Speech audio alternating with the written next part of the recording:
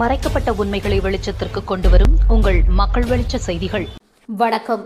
திருக்கோவிலூர் அருகே பூமாரி கிராமத்தில் தேனீ கடித்து 10 பேர் மருத்துவமனையில் சிகிச்சை. திருக்கோவிலூர் அருகே தேனீ கடித்ததில் அரசு மருத்துவமனையில் 10 பேர் சிகிச்சை பெற்று சம்பவம் அப்பகுதியில் பரபரப்பை ஏற்படுத்தியுள்ளது. கள்ளக்குறிச்சி மாவட்டம் திருக்கோவிலூர் அடுத்த பூமாரி கிராமத்தில் காலை 11 மணி அளவில் அதே பகுதியில் உள்ள ஏரிக்கரை பகுதியில் மகாத்மா காந்தி தேசிய ஊரக வேலைவாய்ப்பு திட்டத்தில் பணிபுரிவதற்காக சுமார் 50க்கும் மேற்பட்ட பொதுமக்கள் சென்றிருந்தனர். அப்போது எதிர்பாராத விதமாக அங்கு மரத்தில் இருந்த தேனீக்கள் அவ்வழியாக வந்தவர்களை கடிக்க தொடங்கியது. அப்போது அலறியடித்துக் கொண்டு பொதுமக்கள் ஓடினர். சிலர் ஏரியில், சிலர் பாறை இடுக்குகளில் சென்று ஒளிந்து கொண்டனர்.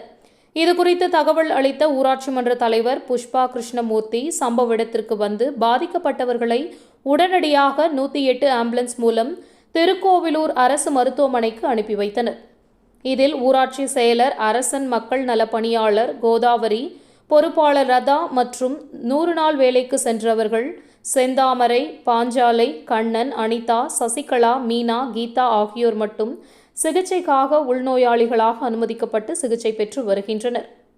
சிலர் லேசான காயங்களுடன் சிகிச்சை பெற்று வீடு திரும்பிவிட்டனர். இச்சம்பவம் அப்பகுதியில் பெரும் பரபரப்பு ஏற்படுத்தியுள்ளது. குறிப்பு: திருக்கோவிலூர் அடுத்த பூமாரி கிராமத்தில் தேனீக்கள் கடித்தவர்களை அரசு மருத்துவமனையில் சிகிச்சை பெற்றனர். பூமாரி கிராமத்தில் தேனீக்கள் கடித்தவர்களை ஆம்புலன்ஸில் ஏற்றினர். செய்திகளுக்காக கள்ளக்குறிச்சி மாவட்ட மக்கள் வெளிச்சம் செய்தியாளர் முருகன். நன்றி.